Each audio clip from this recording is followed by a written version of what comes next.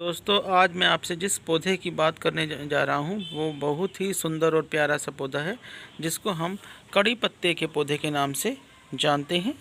जैसा कि आप इस वीडियो में देख रहे हैं, कड़ी पत्ता का जो ये प्लांट है आपको नज़र आ रहा है। तो चलिए हम बात करते हैं सबसे पहले इस प्लांट के बारे में कि यह किस प्रकार का प्लांट है। तो दोस्तों, यह एक मेडिसिनल प्लांट है।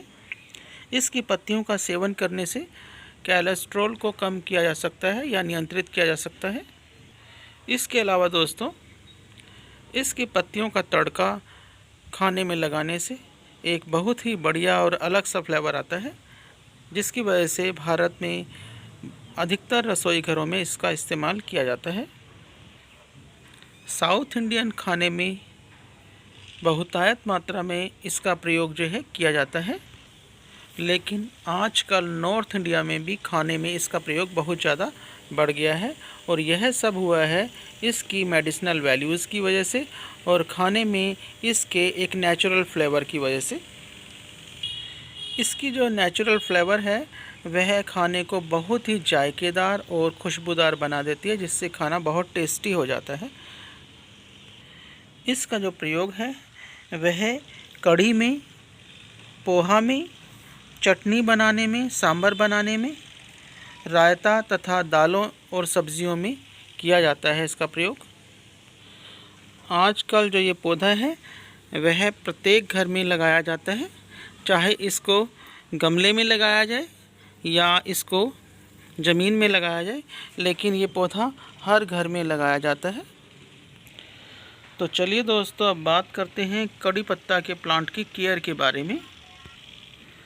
तो दोस्तों, ये जो प्लांट है ये पूरी तरह से एक समर प्लांट है, जो कि 15 डिग्री सेल्सियस से 35 डिग्री सेल्सियस के टेम्परेचर में बहुत अच्छे से ग्रो होता है। यदि टेम्परेचर 15 डिग्री सेल्सियस से नीचा चला जाता है तो ये पौधा स्ट्रेस में चला जाता है। इसके अलावा दोस्तों, यह बहुत ज़्यादा हाई टेम्परेचर को भी सहन नहीं कर पाता। जब बहुत ज़्यादा गर्मियाँ पड़ने लग जाती हैं, जैसे कि नॉर्थ इंडिया के अंदर हम देखते हैं अक्सर जो है मई जून में बहुत ज़्यादा गर्मियाँ पड़ती हैं, तो भी इसकी ग्रोथ जो है रुकने लगती है। इतनी ज़्यादा गर्मियों में इसकी जो पत्तियां हैं सूख कर काली पड़ने लगती हैं। लेकिन दोस्तों, ये है एक समर प्लांट, इसे विंटर प्लांट कभी ना समझें। ये एक पूरी तरह से समर प्लांट ही है। इस प्लांट को ग्रो करने का जो सबसे अच्छा सीज़न है, जिसे हम बेस्ट सीज़न मान सकते हैं, वो है स्प्रिंग सीज़न या फिर मानसून सीज़न। स्प्रिंग सीज़न में फरवरी मार्च से जो कि स्टार्ट होता है, हम इस पौधे को 50 से 60 रुपए में नर्सरी से ला सकते हैं और इसको अपने टेरेस गार्डन, किचन गार्डन में ग्रो कर सकते हैं। चाहे तो इसे गमले में लगाइए, चाहे इसको ज़मीन पर लगाइए। बरसात में जब ये पौधा पुराना हो जाता है तो क्या होता है, इसको कटिंग से भी लगाया जा सकता है। इसके अलावा अगर ये पौधा बहुत ज़्यादा पुराना हो जाता है तो इसकी जड़ों से छोटे छोटे बेबी प्लांट निकलने लगते हैं, जिन्हें आप अलग करके एक अलग पॉट में भी लगा सकते हैं। इस तरह से आप एक नया प्लांट प्राप्त कर सकते हैं। बसंत के मौसम में इन पौधों पर फूल खिलने लगते हैं। तो जो कड़ी पत्ता के जो फूल होते हैं वाइट कलर के होते हैं, क्रीम और वाइट से कलर के। और जब ये फूल मैच्योर हो जाते हैं तो इससे बीज बनने लगते हैं, और जब ये बीज हरे से ब्लैक में कन्वर्ट हो जाते हैं तो ये बीज मैच्योर हो जाते हैं। कई बार इनका जो रंग है ब्लैक ना होकर बैंगनी कलर का भी देखने को मिलता है। तो जब ये बैंगनी या ब्लैक कलर के हो जाते हैं तो ये पूरी तरह से मैच्योर बीज हो जाते हैं। तो इन्हें बीजों को आप प्लांट से अलग करके ज़मीन में या गमले में लगाकर नए पौधे भी प्राप्त कर सकते हैं। तो इस तरह से आप बीजों से भी इनको प्राप्त कर सकते हैं। तो दोस्तों, ये जो पौधा है ये पूरी तरह से सनलाइट का पौधा है, मतलब अच्छी सनलाइट होनी चाहिए इसे ग्रो करने के लिए। इसे जो है हम 5 से 6 घंटे की सनलाइट में रख सकते हैं तो ये बहुत अच्छे से ग्रो होगा। अगर आप इसको 4-5 घंटे की सनलाइट से कम जगह, ऐसी जगह रख देंगे जहाँ 4-5 घंटे की से भी कम सनलाइट आएगी, तो ये अच्छे से ग्रो नहीं हो पाएगा। कोशिश करें सर्दियों में ख़ास तौर पर ऐसी जगह रखें जहाँ पूरे दिन की सनलाइट आए, क्योंकि सर्दियों में वैसे भी धूप में गर्मी की कमी होती है, तो ये पौधा जो है थोड़ी गर्मी मांगता है। और ऐसा भी ना करें कि इसमें पानी भी सोच समझ कर ही डालें। क्योंकि यह जो पौधा है वो पानी के प्रति भी बहुत ज़्यादा सेंसिटिव है। इसे बहुत ज़्यादा पानी भी पसंद नहीं है और पानी की कमी भी पसंद नहीं है। इसमें पानी केवल तभी डालें जब इसकी ऊपर की 1-2 इंच की मिट्टी जो है सूख गई हो, तभी पानी इसमें डाला जाए। गर्मियों में आप इसमें लगभग डेली ही पानी डाल सकते हैं। अगर आपका पौधा बड़ा है तो उसमें डेली पानी डाल सकते हैं। अगर आपका पौधा छोटा है तो मिट्टी अगर सूख जाती है, 1-1.5 इंच या 2 इंच मिट्टी सूख जाती है, तभी इसमें पानी डालें। बड़ा पौधा मैं इसलिए कह रहा हूँ क्योंकि बड़े पौधे में जड़ें ज़्यादा होती हैं तो पानी को वो जो है एब्जॉर्ब कर लेती हैं, लेकिन छोटे पौधे की जड़ें जो हैं, जो फाइब्रस रूट्स हैं, वो ज़्यादा नहीं होती, जिसके कारण वो पूरा पानी अच्छे से एब्जॉर्ब नहीं कर पाती, जिससे मिट्टी गीली रहती है। और जब मिट्टी लगातार गीली रहेगी तो पौधे में फंगस इत्यादि या जड़ों में फंगस इत्यादि लगने के चांस रहेंगे, जिससे क्या होता है, पौधा डाई बैक करने लगेगा। इसलिए इस पौधे में पानी बड़ा सोच समझ कर डालें, अच्छी तरह से देख परख कर ही डालें, ज़्यादा पानी इसको ना दें। अब बात कर लेते हैं इसके पॉट साइज़ की। तो दोस्तों, इस पौधे के लिए कम से कम 12 इंच का पॉट होना आवश्यक ही है, बहुत ज़रूरी है 12 इंच का पॉट होना। उससे बड़े कितने भी इंच के पॉट में आप लगा सकते हैं, चाहे वो 16 इंच का हो, चाहे 18 इंच का हो, चाहे 19 इंच का, चाहे 20 इंच का, लेकिन 12 इंच का पॉट इसके लिए होना बहुत ज़रूरी है। कोशिश करें कि आप इसके लिए मिट्टी का पॉट ही लें। मिट्टी का पॉट अक्सर 12 इंच से ज़्यादा बड़ा नहीं होता, 12 इंच से ज़्यादा बड़ा नहीं होता। इसलिए आप जब इससे बड़ा पॉट लेंगे तो आपको प्लास्टिक का पॉट मिलेगा, तो उसमें भी आप लगा सकते हैं इसे। जैसा कि देखिए, मैंने इसे एक प्लास्टिक पॉट में, ब्लैक कलर का प्लास्टिक पॉट है, उसमें लगाया हुआ और ये बहुत अच्छे से ग्रो हो रहा है। प्रेफरेबल वैसे यही रहता है कि मिट्टी के पॉट में लगाया जाए, क्योंकि मिट्टी ठंडी रहती है गर्मियों में, और उसमें से, क्योंकि मिट्टी जो है गमला पोरस होता है, तो उसमें से वाटर छन कर बाहर आता है, जिससे जो है वो गमला भी पानी को अब्जॉर्ब करता रहता है, इसमें एक्सेस वाटर नहीं हो पाता। लेकिन प्लास्टिक पॉट में ये प्रोसेस नहीं हो पाती, इसलिए आप मिट्टी के पॉट को प्रेफर कर सकते हैं। अगर आप बिगिनर हैं तो मिट्टी के पॉट में ही लगाएं। अगर आप पहले भी लगा चुके हैं, आपको आते हैं अच्छे से इसको वाटरिंग इत्यादि देना, तो आप प्लास्टिक पॉट में भी लगा सकते हैं, जैसा कि ये मैंने लगाया हुआ है। अब बात करते हैं इस पौधे के पॉटी मिक्स के बारे में, सॉइल मिक्स के बारे में। इस प्लांट को वेल ड्रेन्ड सॉइल ही पसंद है, और अगर इसकी मिट्टी में नाइट्रोजन रिच फर्टिलाइज़र होता है तो ये इस प्लांट के लिए सोने पे सुहागा वाली बात हो जाती है। इस प्लांट का सॉइल मिक्स या पॉटी मिक्स बनाने के लिए आपको 1 part garden soil, 1 part river sand, अगर आपकी जो सॉइल है वो सैंडी है तो जो रिवर सैंड है वो थोड़ा कम ही डालें, और इसके अलावा 1 पार्ट काउडंग कंपोस्ट। अगर आपके पास लीफ कंपोस्ट है तो आप लीफ कंपोस्ट को प्रेफर करें, वो ज़रूर डालें, क्योंकि लीफ कंपोस्ट जो है वो नाइट्रोजन युक्त होता है। इसमें नाइट्रोजन की मात्रा बहुत ज़्यादा होती है, यानी कि जो पत्ते हैं पौधों के सड़ गल जाते हैं, उसको संभाल कर रखें और उसका कंपोस्ट बनाएं, और उसमें नाइट्रोजन की जो मात्रा है वो बहुत ज़्यादा होती है। और ये जो हमारा कड़ी पत्ते का प्लांट है, करी लीफ प्लांट, इसे नाइट्रोजन बहुत ज़्यादा पसंद है। अगर इसको बहुत ज़्यादा नाइट्रोजन मिलती है तो बहुत तेज़ी से बढ़ता है। ख़ास तौर पर बरसात के मौसम में बहुत ज़्यादा बढ़ता है, क्योंकि बरसात के मौसम में जो रेनी वाटर है उसमें नाइट्रोजन बहुत ज़्यादा होती है। तो आप इसे जो है नाइट्रोजन युक्त फर्टिलाइज़र देंगे तो बहुत अच्छे से ग्रो करेगा। इसके अलावा सॉइल मिक्स बनाते समय जितनी आपके पास कंपोस्ट है उसका आधा जो है कोकोपीट इसमें डालें। इसके अलावा नीम खली 1 मुट्ठी डाल सकते हैं। नीम खली नहीं है तो फंगीसाइड पाउडर भी 1 चम्मच डाल सकते हैं, जो कि आपके पौधों की जड़ों को फंगस लगने से बचाएगा और आपका पौधा डाई बैक नहीं करेगा और अच्छे से ग्रो होता रहेगा। दोस्तों, यह जो पौधा है यह एक बहुत ही सेंसिटिव प्लांट होता है। ये पौधा एडजस्ट होने में काफ़ी टाइम लगाता है। जैसे कि आप नर्सरी से इसे लाते हैं, अपने घर में लगाते हैं, तो आपके पौधों के बीच में और नए एनवायरनमेंट में बहुत मुश्किल से ग्रो होता है। और जब ये ग्रो हो जाता है, एडजस्ट हो जाता है तो आपके घर के एनवायरनमेंट में, तो ये बहुत तेज़ी से ग्रो होने लगता है। अगर आपका पौधा नर्सरी से लाने के बाद ग्रो नहीं हो पा रहा है, वो वैसा का वैसा बना हुआ है, तो इसका मतलब ये होता है कि आपका पौधा जो है अभी आपके घरेलू एनवायरनमेंट या आसपास के एनवायरनमेंट में, वातावरण में एडजस्ट नहीं हुआ है। तो आप इसकी बहुत ज़्यादा उस समय केयर ना करें, क्योंकि जब ये अपने आप एडजस्ट हो जाएगा तो क्या होगा, ये अच्छे से ग्रो होने लगेगा। तो इसलिए आप फालतू की चिंता ना करें। अगर किसी प्रकार का फंगस अटैक या कुछ ऐसा, वो चिंता की बात होती है, लेकिन पौधा ठीक से बना हुआ है लेकिन बढ़ नहीं रहा, तो उस समय आपको ज़्यादा चिंता नहीं करनी होगी, क्योंकि आपने नया नया उसको लगाया है और ये वातावरण में एडजस्ट होने के बाद, नए वातावरण में एडजस्ट होने के बाद अपने आप ही ग्रोथ पकड़ लेगा। तो दोस्तों, महीने में एक बार आप इसमें कोई भी फर्टिलाइज़र डाल सकते हैं, चाहे ये वर्मी कंपोस्ट फर्टिलाइज़र हो या फिर काउडंग कंपोस्ट फर्टिलाइज़र हो।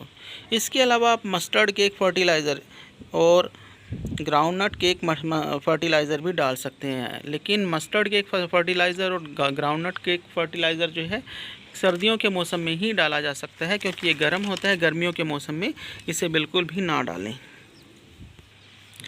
दोस्तों, अगर आपके पौधे में जो पत्तियां हैं उनमें जो है एक अरोमा की कमी है, एक टेस्ट की, एक खुशबू की कमी है, तो आपको क्या करना है, इसके लिए, इसकी खुशबू और इसका टेस्ट बढ़ाने के लिए आपको छाछ या मट्ठा या बटर मिल्क भी हम इसे कहते हैं, इसे जो है एक गिलास पानी में आधा गिलास जो है बटर मिल्क मिलाइए, अच्छे से इसको मिलाइए और इसकी जड़ों में, इसकी मिट्टी में इसको दे दीजिए। तो कुछ समय बाद आप देखेंगे कि आपके जो पौधा है उसकी जो पत्तियां हैं उसमें जो है बहुत अच्छी खुशबू, एक बहुत अच्छा अरोमा और टेस्ट डेवलप हो जाएगा। इसके अलावा दोस्तों, कड़ी पत्ता को घना बनाने के लिए आप इसकी टिप प्रूनिंग भी कर सकते हैं। इसकी जो टिप्स हैं, इस तरह से इसको समय समय पर हाथ से ही प्रून करते रहें, इस तरह से तोड़ते रहें। जब आप समय समय पर इसकी टिप प्रोनिंग करते रहेंगे तभी साइड से नई ग्रोथ आएंगी और आपका जो पत्ता है नई ब्रांचेस के साथ घना हो जाएगा। आपका जो प्लांट है वो नई ब्रांचेस के साथ और घना होता चला जाएगा। अब हम सबसे महत्वपूर्ण बात करने वाले हैं दोस्तों, इसकी जो लीफ हार्वेस्टिंग जो है कैसे की जाए। अक्सर जो है लोग क्या करते हैं, गलत तरीके से इसकी पत्तियां तोड़ते हैं, इसकी लीफ हार्वेस्टिंग करते हैं, जिसके कारण ये पौधा ख़राब हो जाता है और ये बढ़ना रुक जाता है, इसकी ग्रोथ रुक जाती है। अक्सर जो है लोग क्या करते हैं, मैं आपको बताता हूँ। देखिए, इस तरह से, ये देखिए, यहाँ से हाथ रखेंगे, इस तरह से सारी की सारी पत्तियाँ इसकी नोच लेंगे, इस तरह से सारी की पत्तियाँ। फिर क्या होगा, ये खाली डंडी रह जाती है। ये खाली डंडी पर दोबारा पत्तियाँ नहीं आती हैं दोस्तों। तो इसलिए अगर आपको पत्तियाँ इसकी हार्वेस्ट करनी है तो पूरी की पूरी डंडी तोड़ें। और दूसरी बात, आपको डंडियाँ ऊपर से, यहाँ से नहीं तोड़नी, यहाँ से नहीं तोड़नी, आपको नीचे वाली डंडियाँ, देखिए नीचे वाली डंडियाँ तोड़नी है, क्योंकि नीचे वाली डंडियाँ जो है बाद में जो है अपने आप ही सूख कर नीचे गिर जाएंगी, इसकी पत्तियाँ टूट जाएंगी। इसलिए वेस्ट होने से अच्छा आप इसका इस्तेमाल कर लीजिए। और इन पत्तियों में खुशबू भी बहुत ज़्यादा होती है, जो नीचे वाली मैच्योर लीव्स होती हैं। तो आपको मैच्योर लीव्स को तोड़ना है, ऊपर वाली लीव्स को नहीं तोड़ना, क्योंकि ऊपर वाली लीव्स से पौधा जो है ग्रोथ पकड़ रहा है। तो दोस्तों, जो पिंचिंग का काम है, पौधे को घना बनाने के लिए आप जो पिंचिंग का काम करते हैं, वो मार्च से अक्टूबर तक खूब पिंचिंग आप कर सकते हैं। लेकिन अक्टूबर के बाद आपको पिंचिंग नहीं करनी है, क्योंकि अक्टूबर के बाद ये पौधा जो है डोरमेंसी में चला जाएगा। सर्दियां जैसे जैसे आएंगी डोरमेंसी में चला जाएगा ये पौधा और ये ग्रोथ करना बंद हो जाएगा। अगर ऐसे में आप इसकी पिंचिंग करेंगे तो पौधा जो है मर सा जाएगा और ये ग्रोथ नहीं पकड़ेगा। जो थोड़ी बहुत ग्रोथ होगी वो भी रुक जाएगी। इसलिए आप सर्दियों में इसकी पिंचिंग ना करें, सिर्फ मार्च से अक्टूबर तक ही पिंचिंग करें। तो जितनी मर्जी आप पिंचिंग कर सकते हैं, लेकिन आप अक्टूबर के बाद पिंचिंग बिल्कुल भी ना करें। सर्दियों का जो मौसम होता है वो इस पौधे की डोरमेंसी का पीरियड होता है। तो इसलिए इस दौरान जो है इसकी पत्तियां जो है बिल्कुल बेजान सी, टाइट सी हो जाती हैं, जैसे इसमें से मॉइस्चर जो है बिल्कुल ख़त्म हो गया, इस तरह की टाइट सी लीव्स हो जाती हैं। लेकिन जैसे ही फरवरी मार्च का मौसम आता है, ये पौधा जो है दोबारा नई ग्रोथ पकड़ लेता है। और बसंत ऋतु में यानी कि फरवरी मार्च के में जो है इस पौधे को और ज़्यादा बुशी और घना बनाने के लिए आप इसकी हार्ड प्रूनिंग भी कर सकते हैं। जैसे कि जो डंडियाँ यहाँ से, इधर से भी काट सकते हैं, ऊपर से भी काट सकते हैं, क्योंकि फरवरी मार्च बसंत ऋतु का मौसम होता है, उस समय पौधे में बहुत तेज़ी से ग्रोथ होती है। तो जब हार्ड प्रूनिंग करेंगे तो नई नई ब्रांचेस जो है इस पौधे में आएंगी और ये पौधा बहुत ज़्यादा बुशी और घना सा हो जाएगा। दोस्तों, अगर आपका जो प्लांट है बहुत ज़्यादा केयर करने पर भी नहीं चल रहा है अच्छे तरह से, तो इसका मतलब ये होता है कि ये पौधा जो है आपका रूट बाउंड हो गया है। तो आपको करना क्या है, इसको जो है छोटे गमले से निकालकर बड़े गमले में शिफ्ट कर देना है। और अगर आप इसको बड़े गमले में शिफ्ट नहीं करना चाहते, उसी गमले में शिफ्ट करना चाहते हैं, तो आपको क्या करना है, इसकी रूट्स जो है उसकी प्रूनिंग कर देनी है। रूट प्रूनिंग इसकी कर देनी है। इसकी रूट जो है साइडों से जो है कुछ रूट्स काट देनी है और उसको दोबारा फिर मिट्टी में जो है कंपोस्ट वगैरह इत्यादि मिलाकर और फंगीसाइड इत्यादि मिलाकर दोबारा से फिर उसमें ही रिपोर्ट कर देना। सेम पॉट में रिपोर्ट आप कर सकते हैं, लेकिन उसके लिए रूट प्रूनिंग करनी पड़ेगी। अगर आप रूट प्रूनिंग नहीं करते हैं तो आपको उससे पहले से बड़े पॉट में शिफ्ट करना होगा, ये ध्यान रखिए। तो दोस्तों, अब हम बात करते हैं इस पौधे पर पेस्ट अटैक के बारे में। यदि इसकी पत्तियां काली हो रही हैं तो हो सकता है इसकी जड़ों में फंगस इत्यादि लगा हो, लेकिन आमतौर पर इस पौधे पर पेस्ट अटैक नहीं होता है। ज़्यादा से ज़्यादा होता क्या है, कई बार इस पौधे पर कैटरपिलर देखने को मिलते हैं। मेरे इस पौधे पर भी बहुत मोटा सा बहुत बड़ा सा कैटरपिलर था।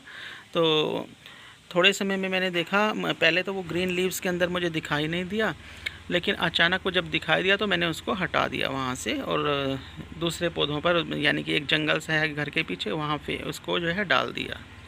तो इस पर कैटरपिलर लग सकते हैं, लेकिन पेस्ट अटैक अक्सर जो है इस पर नहीं होता। लेकिन अगर पत्तियां काली पड़ जाती हैं तो इसका मतलब ये है कि इसकी जड़ों में फंगस इत्यादि की प्रॉब्लम है। इसके लिए आपको क्या करना है, 1 चम्मच फंगीसाइड पाउडर जो है 1 लीटर पानी में घोल कर इसकी जड़ों को पिला देना है और अच्छे से पिलाना है।